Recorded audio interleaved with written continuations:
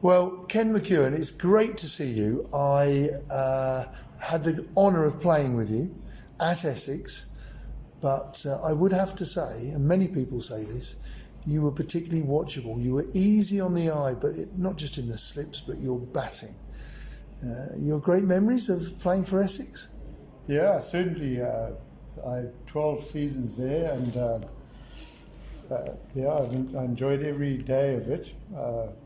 I had a laugh every day, and yeah, it was fantastic. Great memories, and probably the best times in my career were spent with Essex. Yeah. Well, you had a career of longevity. You played for Western Province, you played for Eastern Province, you played for Western Australia, and you also played for Essex for that long career.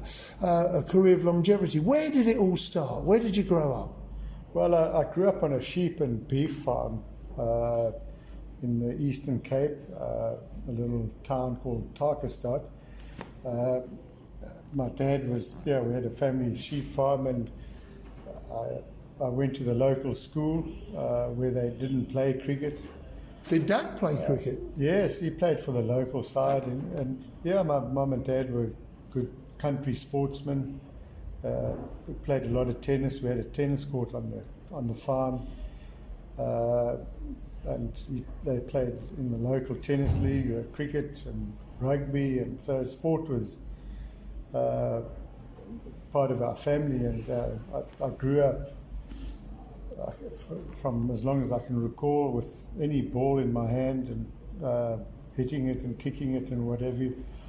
And then when I was 12 years old, I was sent to boarding school in a nearby town called Queenstown, and the school was Queen's College. And cool, very traditional cricket school. Yes, and sport, and a famous old school. It's close on 170 years old now. So and that's where I played my first ever cricket match when I was 12 years old. I'd never played in a cricket match before, and it was like a dream come true to me. And I played tennis for them and rugby.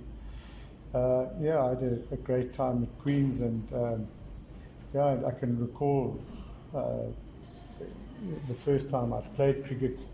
At the end of the year, we went on our sort of seaside vacation. It was in East London, and the MCC were playing against the local team Border, and I can still recall Father Christmas brought me a Brady bat, and it was brand new, and one of the farmers from where I grew up was playing for Border against the MCC, and I got him to get all the MCC signatures, and I can still remember to this day that team, captained by MJK Smith, and incredibly, some of the people that signed that bat, I later played county cricket against, and I would never have dreamt of that at the time. Oh, wonderful. And one of them was Robin Hobbs. Amazing, isn't it, that I ended up playing with him at Essex, and I treasured this bat with all these signatures on. And tell me, he didn't get you out in that particular game at Border, did he? No, I wasn't playing. I was a little kid of 12 years old. So you collected his autograph? Yeah, so it was my first ever cricket match I watched, first class match. Wow. With my first ever cricket bat, and I got them all to sign it for me. Yeah. And Hobbsy, he was one of the signatures on there, yeah. So who coached you? Because there were a number of English professionals used to come out every year. Yeah. Did they come down to your school? Yes, well, in those days, a lot of the county players would catch the mail ship, which took 2 weeks, and it dropped county players off in Cape Town, Port Elizabeth, East London, Durban, and all these coaches went all over the country, and so most of the cricketing schools every summer had a pro from England, and our school was closely linked to Sussex. A lot of Sussex pros came out there. and my first ever coach was John Langridge, and Michael Buss followed him. And actually, Tony Gregg was at the school at the time. He was finished in his last year of school when I think Michael Buss was there. And that's how he was introduced to Sussex. So he, from school, went to Sussex. Through the connection of the former professionals at the school? Yes. So, and that's how he began his career there. And so in my last 2 years at school, he came back as a coach to Queen's College where he'd been as well. And he encouraged me to go and join Sussex. Right, and you were a prolific run scorer at school? Yes, I had a good batting in middle order or opening? I used to open and mainly opened and or batting number 3, and I played in the school first team from the age of 14. We finished school at 18 in South Africa, and I played for the local provincial team from 14 years old. And I ended up, I captained South African schools. I played for 2 years in the South African schools team. And in my last year, in 1970, we were due to tour Australia, but the tour was called off in the middle of the year because of apartheid and the sanctions. And the South African cricket team were due to tour Australia after we'd been there. So that was the beginning of the end, if you... Of the isolation. Yeah. So I left school as we began our isolation. But yeah, that was my school career. I had a good school career, that's where I learnt all my cricket. Did you bowl much as a young kid? Well, I started as a leg spinner, but my hands were too small and not enough purchase. I was ending up bowling donkey drops. Oh, really? Yeah. And tell me, so you... I actually kept wicket for a while, yeah. You came across to England initially, was it fair to say, on trials with Sussex? Yes, it was, How did Essex poach you? Well, as I say, through Greggy, I ended up at Sussex, but they had those days you only allowed 2 overseas players, and they already had theirs, and they were contracted for another couple of years, I think. So I played 1 season there, and then the following year I went back again. I came back to South Africa for the winter and made my debut for Eastern Province in 1972. And I went back to England and played in the second 11. I think I scored a few runs, and just out of the blue. In fact, I went to Northampton for a couple of trial matches, and but out of the blue, Tony Gregg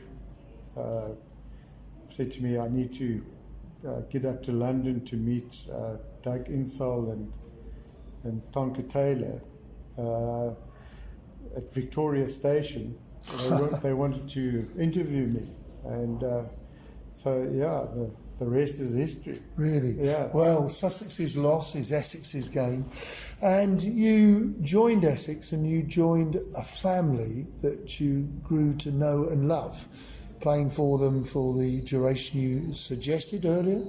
And you had some wonderful, wonderful times. Early doors, it wasn't quite as simple? Yeah, well, I think when I joined Essex, I think we only had 12 on the staff, I think. And it was quite a... Who was your first skipper? Well, Keith Fletcher was, but he, at the beginning of the season, he was away in the West Indies. With England? Playing for England, yeah. And so Robin Hobbs actually captained the side. And during that first summer, Fletcher was away quite a lot playing for England, so Hobbsy was our captain. And and it was Your first season was? 1974. Right, and it was 5 years until you won your first trophy with Essex. Yeah, well, and their first ever trophy. Yeah. You remember the day? Absolutely, yeah. We sort of had a few near misses and got to semi-finals, and we just couldn't break through. And but all the time, Tonka's babes, if I call them, were growing and maturing, and then a few young guys like myself and Gucci, we began our careers together. Keith Pont, Brian Hardy, and we were getting better and better every season, and finally we had our break in the Benson and Hedges at Lord's, and against Surrey. And what a day it was, and I can recall it, to this day. I can just remember every minute of it. Really? This amazing. I think there were more Essex supporters than Surrey supporters on the day. And we batted first, and I can recall the first run, I was batting number 3, sitting on the balcony, pretty nervous. And we got off the mark, and it was quite a relief. And Mike Dines and Gucci opened the batting, and Mike, I think he made about 30 and got out. And then Gucci and I put on 100 and odd for the second wicket. You making? Yeah, I made 72, I think. I would presume it was a gorgeously looking 72, Kenny, because you never scored ugly runs. Well, I didn't see it, so I don't know, Toppers. Who was bowling at you? Well, the Surrey attack, like Sylvester Clark was injured, he didn't play, but Robin Jackman, a guy called Hugh Wilson. Yes. Pat Pocock. Inticab. Yeah. I can't. Roger Knight was playing. So Gucci and I had a good stand. Unfortunately, I got out soon after lunch, and he carried on and made 120, I think, and we made about 280, which in those days was a huge score. And Surrey came out, and we got a few wickets, but they sort of kept threatening. But eventually we got through, and our bowlers bowled well and fielders caught well, and it was a great first time ever in 100 years Essex had won anything. Who got the last wicket? I can't actually recall. I must say I can't remember. It could have been J.K. or Nobby, Philip. Yeah, I can't recall. And what was the dressing like? Do you remember? Well, it was. Did you party hard that night? Well, Essex those days we weren't party animals.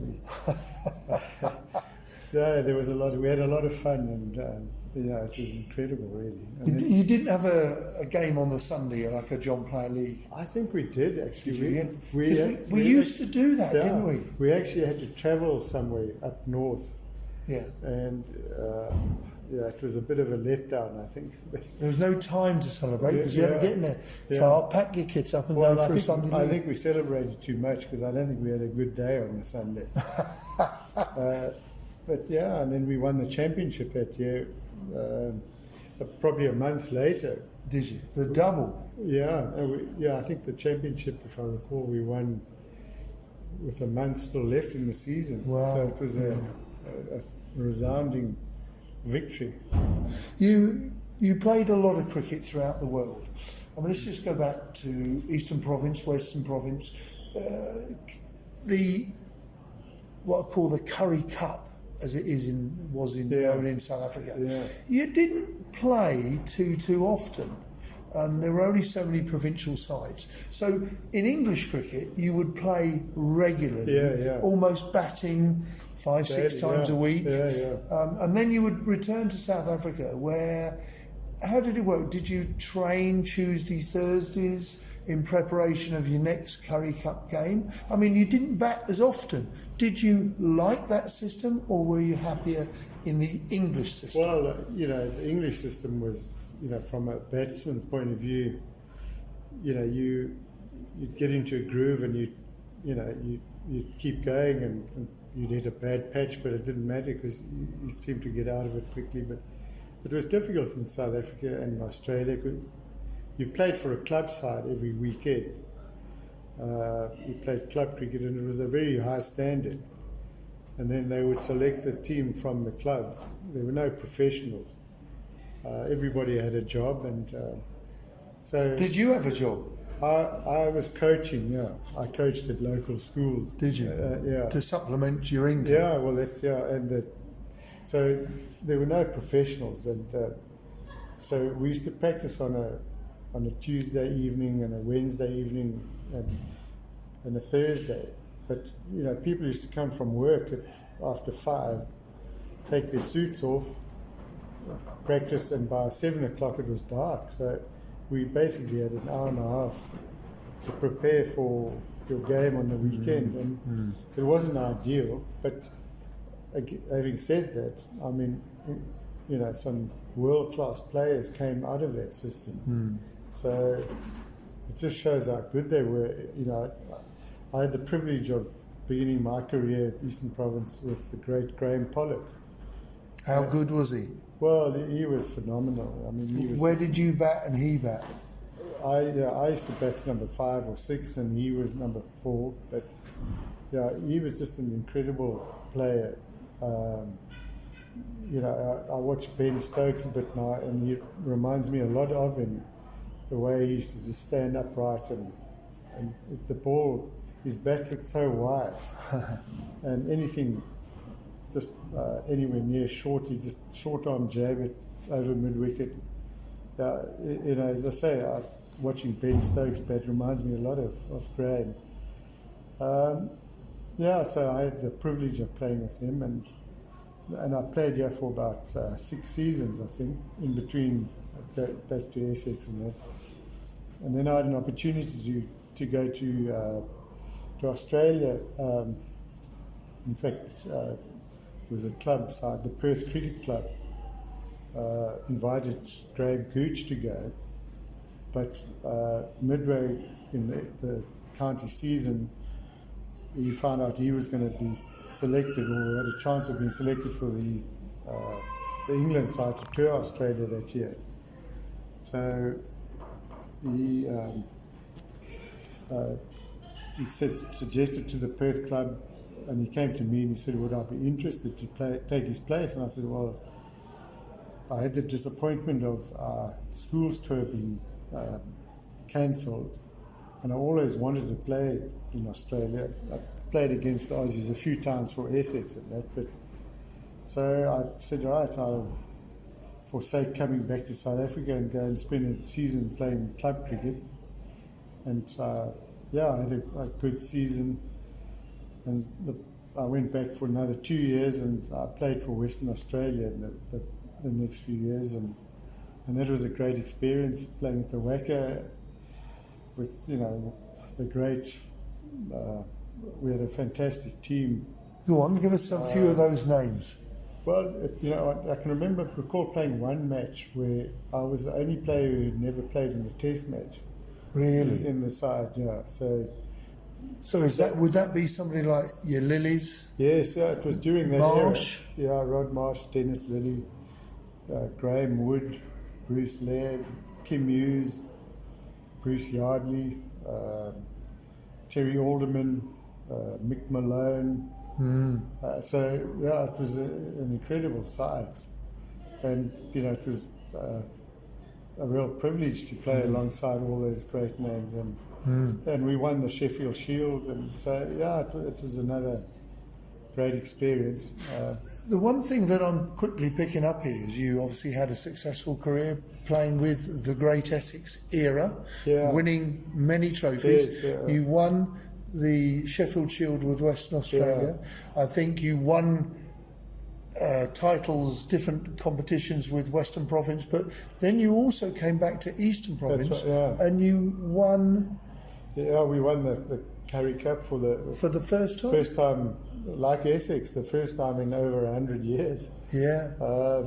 But I played for Western Province, and we won it a few times. So So yeah, I've been fortunate. Well, you were a great player to play with because you clearly won titles. Well, maybe I was just lucky. I chose the right size at the right time. Yeah, you chose wisely. You came back to South Africa at the end of your career, where I got to know you, and I had the honour of playing with you.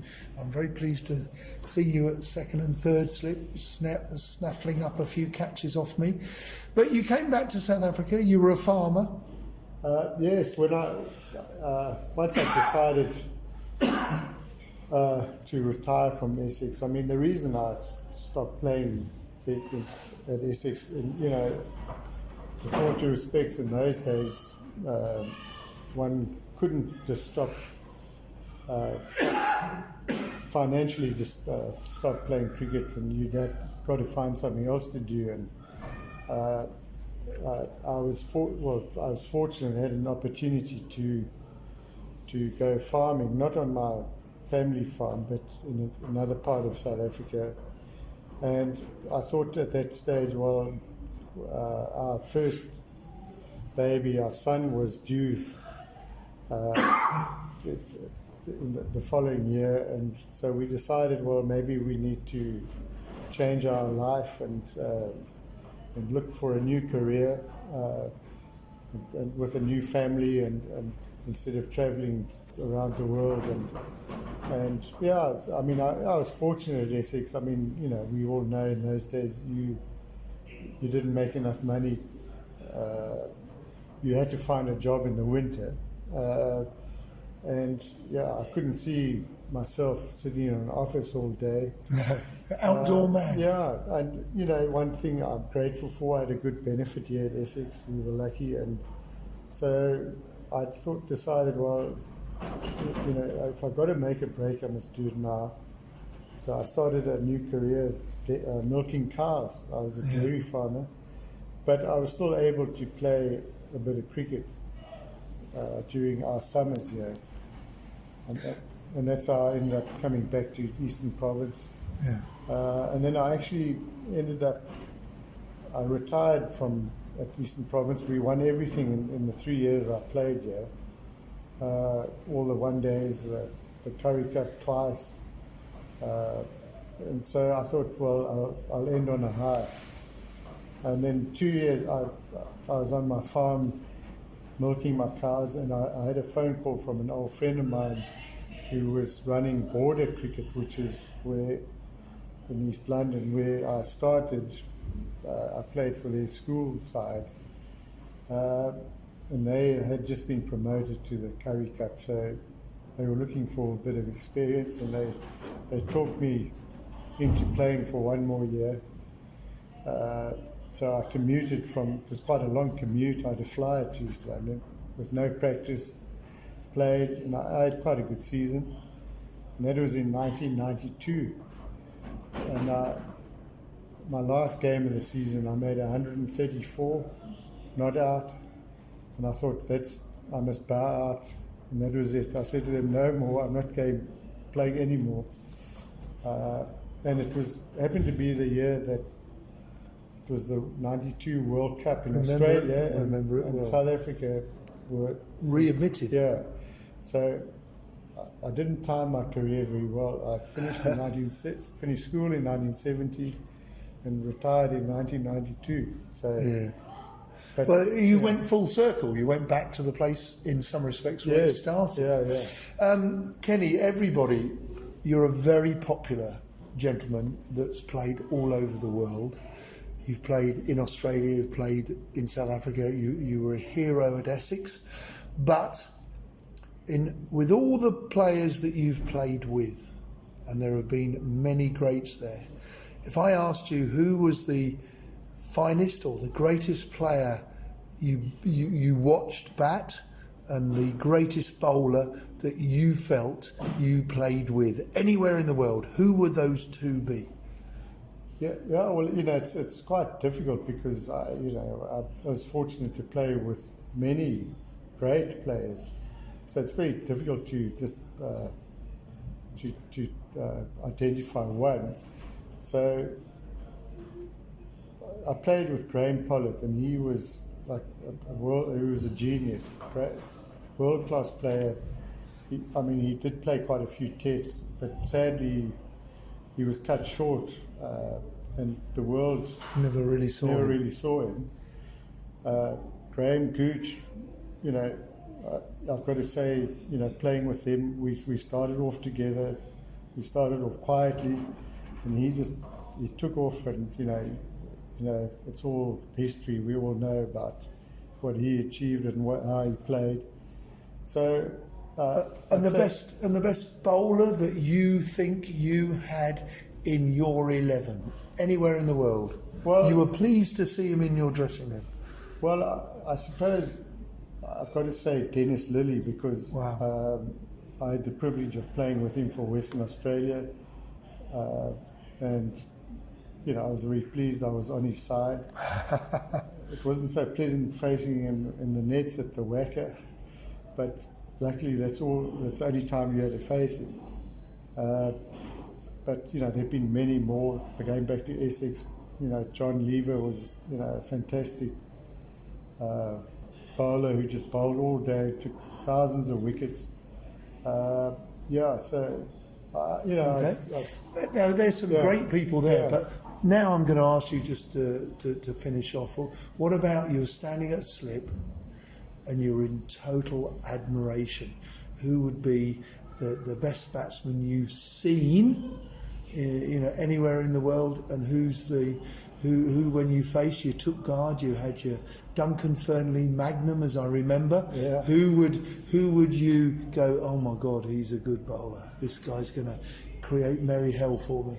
Yeah. So your best batsman you've seen and the best bowler you've faced. I'm sort of, I suppose, a bit biased, but I never really played with him.